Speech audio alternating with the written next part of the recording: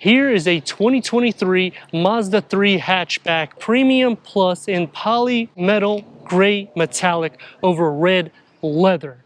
This was redesigned back in 2019. This year, we increased on the base 2.5 without the turbo, 5 extra horsepower.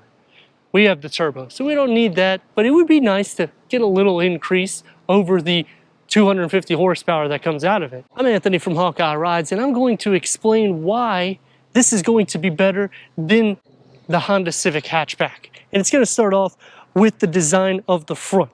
The spoiler that goes on the lower part of this bumper is enormous. It stresses dynamics to another level.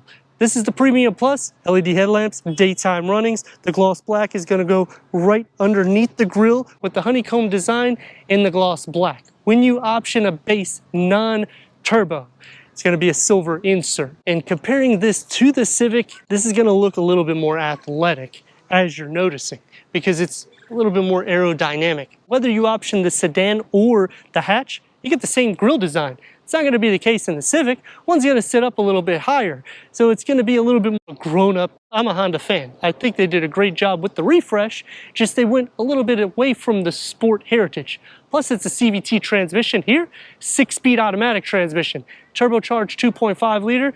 We're not even going to compare horsepower and torque because this is going to beat it night and day. It's a 2.5 liter Skyactiv G turbocharged inline 4-cylinder producing 250 horsepower that's paired to a 6-speed automatic transmission, G Vectoring Control Plus iActive all-wheel drive, 18-inch gloss multi-spoke alloy wheel, 320 pound-feet of torque. It's like double what a Honda Civic is going to have.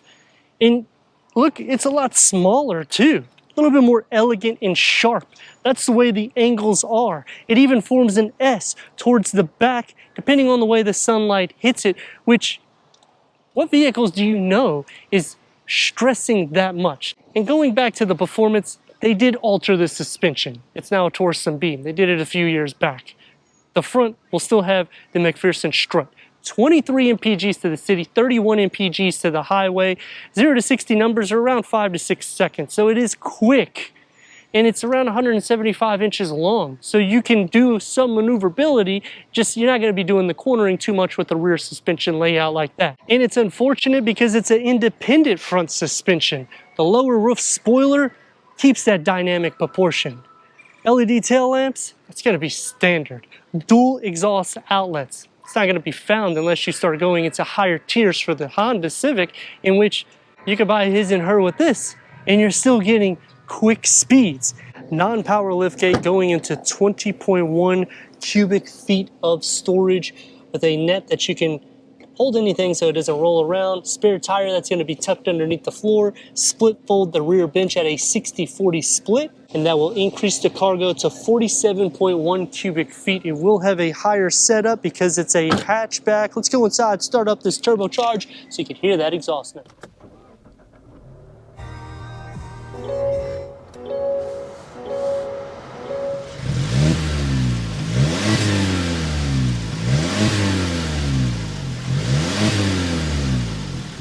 Ten-way power seat adjustment for the driver, heated front seats, 4-way manual adjustments for the passenger, memory for the driver. Headroom starts at 38 inches for the front occupants, 42 inches of legroom, and it is a deep well for both of the front occupants, and it has a more sporty dashboard because of the two-tone 8.8-inch non-touch screen that comes out of the center. It is upgraded 10.3 inch for 2024, but you're still going to be getting the same thing. Apple CarPlay, Android Auto, that's going to be wireless because of the trim we're in. Navigation, Sirius XM, AM, FM, streaming Bluetooth audio, and a 360-degree reverse camera with full trajectory. So I do like that we're getting that. Even though this is a smaller vehicle, you could really do with just a backup camera. But because we're in the premium trim, I like that we're getting the luxury options with the 12-speaker Bose sound system. The chrome goes around the air vents, and I like how it's kind of seamless through here. It gives a 80s vibe and a more sport styling on the driver because of the way the air vents are angled. Leather wrap 3-spoke steering wheel, multi-function, adaptive cruise control, lane keep assist, with the paddle shifters. The gauge cluster has a 7-inch digital reader that can go through an array of information for the driver. Dual climate control settings. Standard will be just an automatic climate control. The key fob for the Mazda 3 hatch. Leather wrap around the 6-speed automatic transmission. The gloss black. Sport mode, on or off. To use the rotary knob for your infotainment screen, and you get the leatherette that's going to surround it. This slides back to give you a little bit of storage, and it opens up, and you can move this to maximize your storage capacity. If I can do it right, there you go. USB ports, 12 volt, the door panels and the dash integrate into each other. So keeping that sport heritage with premium materials throughout. And it's going to be more soft materials where it needs to be, more everyday where it needs to be. One touch up and down for all the windows, and a large storage pocket with the beverage holder carved out in the front. A moonroof for the back seats, 37.2 inches of headroom, and it's not a lot. 34 inches of legroom. It's going to be tight if two people that are 6'3" driving and one behind it. Storage only behind the passenger seat. Nothing here in the center. It's going to be soft with the cup holders. Move that for later on. Door panels. Get the same materials that's found in the front, so it's going to be soft where it needs to be and everyday where it should be. Storage pocket has an area where there's two beverage holders more or less carved out, sliding into the center. It's a little bit of a journey, as you're noticing. It's not necessarily because of the rails, but because of the way this part is for the seat. So it kind of hugs your feet. The rails are pushed forward quite a bit. Because the floor is not completely flat, I'm going to be sharing a substantial amount of butt, shoulder, and of course the feet space. I'm going to have to scoot down a bit. That way I can actually fit. So what happens is now we're sharing a lot more leg, butt, and shoulder space. If I sit the way I'm supposed to sit, I'm not going to be able to sit at all. 2.5 liter turbo 4-cylinder, 250 horsepower. The Civic, you're going to get about 180 max, unless you start spinning about 50 G's on the car or more. 320 pound-feet of torque. That's almost 2 times the amount of torque a Civic even has.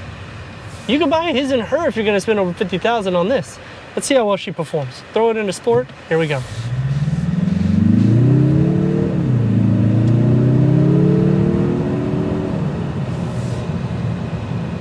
It's smooth.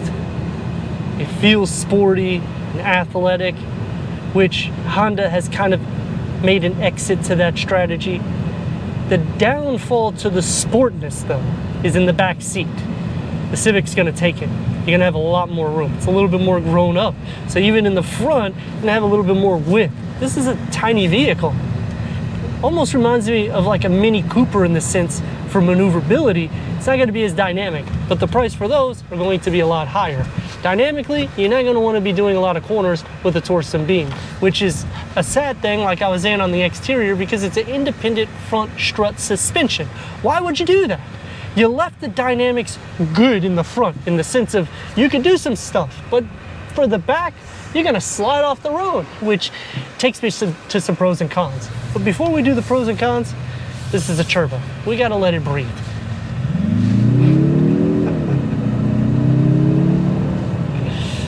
And to start off with is what I like.